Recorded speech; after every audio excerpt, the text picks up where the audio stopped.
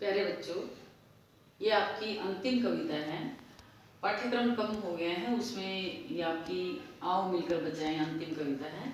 इसकी कवित्री है निर्मला पुतुल। उनके बारे में मैं बताना चाहूँगी कि वो झारखंड प्रदेश की संथाल परगना में जो आता है उस झारखंड प्रदेश की रहने वाली हैं और उन्होंने अपने आदिवासी समाज से संबंधित हैं वो। तो उनके चाचा और पिता दोनों ही शिक्षक थे और इसी कारण वो भी शिक्षित हुई। उन्होंने पहले नर्सिंग का डिप्लोमा किया, उसके बाद उन्होंने इग्नू से बीए की और पढ़ाई भी बीच बीच में छूटती रही और मतलब व्यवधान के बाद इनकी शिक्षा पूरी हुई और छोटी सी उम्र में ही इन्होंने अपने प्रदेश की आदिवासी जो समाज है उनके ऊपर अनेक सारी अपनी रचनाएं लिखी हैं और उसमें से ही एक है आओ मिलकर बजाएं। कि जो आदिवासी समाज है वो शिक्षित है, भोला भाला है और नासमझ है, जिसके कारण उनको अनेक कठिनाइयों का सामना करना पड़ता है और वो विस्थापित होता जा रहा है। यानी अपनी जो प्राकृतिक जगह थी जहाँ वो रहते थे उसको छोड़कर वो शहरों की ओर जा रहे हैं। तो वो ये कह रहे हैं कि आओ मिलकर बचाएं। वो एक अकेले झारखंड प्रदेश की समस्या नहीं है, आज पूरे देश में ही लोग शहरों की तरफ भाग रहे हैं, विस्थापित हो रहे हैं कि अनेक सुविधाएं प्राप्त होंगी, वहाँ सुख सुविधाएं प्राप्त होंगी, लेकिन जो प्राकृतिक जीवन है और प्राकृतिक जो सुख सुविधाएं हैं वो उनको छोड़ कर आ रहे हैं। तो कवित्री ये चाहती है कि हमारा जो प्राकृतिक जो जीवन है लोगों का, आदिवासी समाज हो चाहे कोई भी समाज हो, उसको हमें बचाना है और उसको सुरक्षित रखना है। तो उसके लिए क्या कह रही है कवित्री, अपनी बस्तियों को नंगी होने से, शहर की आबो हवा से बचाएं उसे। हमारी जो बस्तियाँ नंगी होने का मतलब यहाँ हमारी जो बस्तियों में रहने वाले जो लोग थे वो अब स्वार्थी हो गए हैं। नंगे का मतलब है जो हम एक मुहावरे के तौर पे भी कह देते हैं कि नंगा क्या नहाएगा क्या निचोड़ेगा। तो उसमें मतलब उसके पास कुछ है ही नहीं। तो नंगी होने का मतलब है कि वो किसी के देने के लिए उनके पास कुछ नहीं है। तो जो लोग स्वार्थी होते हैं उसके लिए कवित्री ने प्रयोग किया कि हमारी बस्ती में जो लोग हैं वो स्वार्थी होते जा रहे हैं, क्योंकि शहर की आबोहवा, शहरों में लोग किसी से एक दूसरे से उनको कोई लेना देना नहीं होता, वो अपने जीवन में मस्त होते हैं और उन्हें कमाई के सिवाय और कुछ दिखाई नहीं देता। तो आबोहवा का मतलब उसका प्रभाव, शहरों के लोगों के प्रभाव से हमें उन बस्तियों को बचाना है। बचाएं डूबने से पूरी की पूरी बस्ती को। हड़िया का मतलब एक ढेर, मतलब जो स्वार्थी हो गए हैं। हमने पूरी की पूरी बस्तियों को, ये जो आदिवासी समाज की बस्तियां हैं उनको स्वार्थी होने से बचाना है। अपने चेहरे पर संथाल परगना की माटी का रंग, भाषा में झारखंडीपन। तो कवित्री कहना चाहती है कि मैं चाहती हूँ कि उनके चेहरे पर संथाल, झारखंड का एक प्रदेश है, वो जिला है, तो कह रहे हैं कि संथाल प्रदेश की माटी का रंग मतलब संथाल प्रदेश की झलक उनके चेहरे से ही पता लगनी चाहिए और उनकी भाषा में झारखंडी भाषा का लहजा होना चाहिए, अर्थात उनके बोलने से भी पता लगे कि वो झारखंड प्रदेश के रहने वाले हैं। तो कवित्री यहाँ यही कहना चाहती हैं बार बार कि हम अपनी बस्तियों को स्वार्थी होने से बचाएं। शहर के लोगों का जो स्वार्थीपन है उनके ऊपर प्रभाव, आदिवासी समाज के ऊपर प्रभाव ना पड़े। मैं बचाएं डूबने पूरी की पूरी बस्ती को हड्डियों के ढेर में, या हमें उसके स्वार्थीपन में डूबने से बचाना है। उनके चेहरे से लगे कि वो संथाल प्रदेश के रहने वाले हैं, उनकी माटी का रंग उनकी चेहरे से ही झलकना चाहिए और उनकी जब भाषा वो जो बोलते हैं तो उनकी भाषा में झारखंडी भाषा का लहजा होना चाहिए, अर्थात जो आदिवासी समाज है वो अपने प्राकृतिक परिवेश को ना छोड़ें, वो अपना भोलापन ना छोड़ें और विस्थापन की जो ये समस्या है ये समाप्त हो जाए, वो अपने जहाँ रह रहे हैं उसी को समृद्ध बनाएं, ये कवित्री चाहती है। आगे क्या कहते हैं, ठंडी होती दिनचर्या में जीवन की गर्माहट, मन का हरापन, भोलापन दिल का, अक्खड़पन, जुझारूपन, भीतर की आग, धनुष की डोरी, तीर का नुकीलापन। कवित्री कह रही है कि उनकी जो दैनिक जीवन है वो ठंडा होता जा रहा है, अर्थात जो आदिवासी लोग हैं उनका जो जीने रहने का तरीका था वो बड़ा ही खुश मिजाज था, वो अब ठंडा होता जा रहा है। गर्माहट मन का, जीवन की गर्माहट, जीवन में जो जोश होता था वो कम होता जा रहा है। एक दूसरे को देखकर जब हरापन होता है, खुश हो जाना, जो उनके अंदर मिलने का जो भाव था वो हरापन खत्म होता जा रहा है। स्वार्थी होने के कारण वो दूसरे से कोई मतलब नहीं रखते, भोले भाले दिल के होते थे वो, उनका भोलापन शहरों की आबो हवा के कारण स्वार्थी होता जा रहा है। अक्खड़पन, जुझारूपन, काम के प्रति उनकी अक्खड़ता, बोल में उनकी अक्खड़ता होती थी, काम के प्रति जुझारू का मतलब उस काम में लगे रहना, लगातार लगे रहना। जुझारूपन, भीतर की आग, उनके अंदर भीतर के जो जोश था वो भी खत्म होता जा रहा है। धनुष की डोरी, तीर का नुकीलापन, धनुष की डोरी से और नुकीले तीर से जो खेल खेले जाते थे वो अब उन लोगों के खत्म होते जा रहे हैं। अर्थात उनका जो संस्कृति थी, जो प्राचीन संस्कृति थी जिसके सहारे वो अपने जीवन को यापन करते थे, वो अब खत्म होते जा रहे हैं। तो कवित्री चाहती है कि वो उनके ना खत्म हों। धनुष, कुल्हाड़ी की धार, जंगल की ताजी हवा, नदियों की निर्मलता, पहाड़ों का मौन।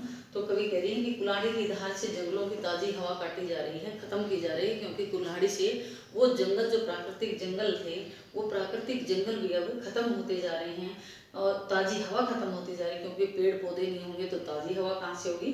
नदियों की निर्मलता, नदियों के अंदर जो स्वच्छ जल रहता था वो भी अब क्या है, उन शहरों की देखा देखी, स्वार्थपन के कारण लोग उनको भी, उस पानी को भी मलिन बना रहे हैं। अर्थात उन प्राकृतिक जगहों पर अनेक सारे कारखाने लगाए जा रहे हैं जिसके कारण उनका पेड़ कट रहे हैं और नदियों का पानी मैला हो रहा है। पहाड़ों का मान, पहाड़ों में जो शांति होती थी, क्योंकि अब लोग अपने स्वार्थ के कारण उन पहाड़ों के साथ भी छेड़छाड़ कर रहे हैं। गीतों की धुन, मिट्टी का सोनापन, फसलों की लहराहट, उनकी जो लोकगीत होते थे अब वो लोकगीतों की धुन भी खत्म होती जा रही है। मिट्टी के अंदर से जो सौंधी सौंधी खुशबू आती थी, बारिश होने पर जैसे मिट्टी के अंदर खुशबू आती है, वो खुशबू खत्म होती जा रही है, क्योंकि जो जमीन फसलों के लिए होती थी वो किसी और प्रयोग में लाई जा रही है। फसलों की लहलाहट, जो फसलें उड़ती थी, लहलाती थी, वो भी खत्म होती जा रही हैं।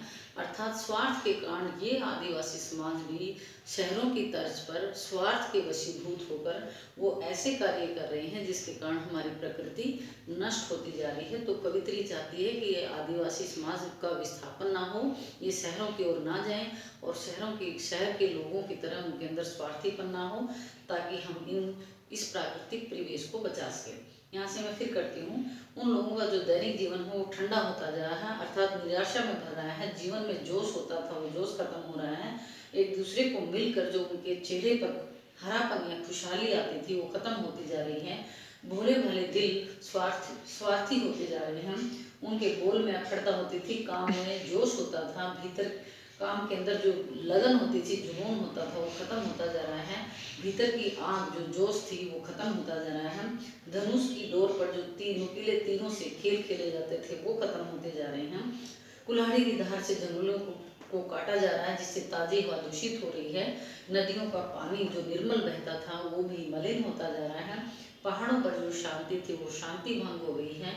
लोकगीतों की धुन जो बहुत ही मधुर लगती थी वो लोकगीत खत्म होते जा रहे हैं।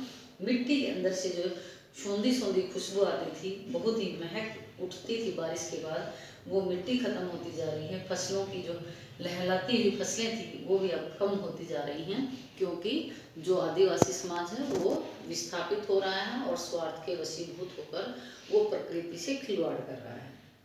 आगे फिर कवित्री क्या कहती हैं, नाचने के लिए खुला आंगन, गाने के लिए गीत, हंसने के लिए थोड़ी सी खिलखिलाहट, रोने के लिए मुट्ठी भर एकांत, बच्चों के लिए मैदान, पशुओं के लिए हरी हरी घास। तो नाचने के लिए औरतें अपने खुले आंगनों में नाचती थी। कोई भी त्यौहार होता था तो इकट्ठा होकर वो अपना समारोह करती थी। वो खुले आंगन भी अब बंद आंगनों में तब्दील हो रहे हैं, बदल रहे हैं। गाने के लिए गीत होते थे वो गीत खत्म हो रहे हैं। हंसने के लिए जो खिलखिलाहट होती थी, क्योंकि सभी मिलते थे तो खिलखिलाते थे, हंसते थे। लेकिन स्वार्थी जैसे शहरी लोग अपने ही घरों में बंद रहते हैं, बंद घर होते हैं और बंद घरों में वो अपने ही जीवन में व्यस्त रहते हैं। इसी तरह जो आदिवासी समाज है, ये गाँव के लोग हैं, वो भी अब स्वार्थी होते जा रहे हैं और वो अपने तक ही सीमित रह गए हैं। उनकी खिलखिलाहट खत्म होती जा रही है। रोने के लिए मुट्ठी भर एकांत, अगर किसी को अपने मन के भावों को बाहर निकालना होता तो वो एकांत का स्थान भी अब खत्म होता जा रहा है। बच्चे मैदानों पर खेलते थे, मैदान में जाकर खेलते थे, वो मैदान खत्म होते जा रहे हैं। पशुओं के लिए हरी हरी चरागाहें होती थी जहाँ पर सभी मिलकर अपने पशुओं को चराते थे, अब वो भी ख़त्म होती जा रही है। अर्थात लोग जो ज, जो ज़मीन है उसके ऊपर कब्जा कर लेते हैं और उन हरी भरी मैदान, हरे भरे जो खुले मैदान थे, हरी भरी चरागाहें थी, वो भी अब ख़त्म होती जा रही हैं। आगे कवित्री अंतिम पंक्तियों में क्या कह रही है, उम्मीद जता रही है, आओ मिलकर बजाएं। फिर क्या कह रही है कि बूढ़ों के लिए पहाड़ों की शांति, और इस बूढ़ों के लिए पहाड़ों पर जो शांति होती थी वो शांति भी भंग हो गई है, और इस अविश्वास भरे दौर में थोड़ा सा विश्वास, थोड़ी सी उम्मीद, थोड़े से सपने, आओ मिलकर बचाएं, क्योंकि इस दौर में भी बचाने को बहुत कुछ बचा है। कवित्री कह रही है कि अविश्वास, आज किसी को किसी पर विश्वास नहीं है, क्योंकि स्वार्थी हो गए हैं, और स्वार्थी होने के कारण कोई किसी से किसी को किसी से मतलब नहीं है। तो फिर भी कवित्री कह रही है, भले ही अविश्वास का दौर है, जमाना है, लेकिन अगर हम थोड़ा सा विश्वास रखें, थोड़ी सी उम्मीदें लें, तो थोड़े से सपने जो अभी बचे हुए हैं, आओ मिलकर बचाएं, क्योंकि अगर हम सब मिलकर हिम्मत करें, सब मिलकर एकजुट कर मिलजुल कर सहयोग करें, तो शायद इस दौर का मतलब इस समय में भी बचाने को बहुत कुछ बचा है। जितनी भी ये जो आदिवासी समाज का जो परिवेश है, जो अभी बचा है, गांव में है या वो अपने कबीले में रहते हैं, अगर हम चाहें तो उनको बहुत सारी सुख सुविधाएं देकर वहीं पर उनको रख सकते हैं, और जो हमारी प्रकृति है, जो जिसका विनाश होता जा रहा है, उसको बचाने का हम प्रयास करें तो वो बच सकते हैं। तो उम्मीद के सारे अंतिम पंक्तियों में कवित्री कह रही है कि अभी भी, और इस अविश्वास भरे, जब सारी दुनिया में अविश्वास फैल गया है, कोई किसी पर विश्वास नहीं करता, क्योंकि स्वार्थ की दुनिया है, और इस स्वार्थ के दौर में भी, जमाने में भी बहुत थोड़ा सा अगर हम विश्वास लेकर चलें, थोड़ी सी उम्मीदें लेकर चलें, और अपने सपनों के सहारे हम मिलकर बचा सकते हैं। किसको बचा सकते हैं? बचाने को बहुत कुछ बचा है। जो ये प्रकृति है, जो आदिवासी समाज की जो संस्कृति है, उसको हम बचा सकते हैं।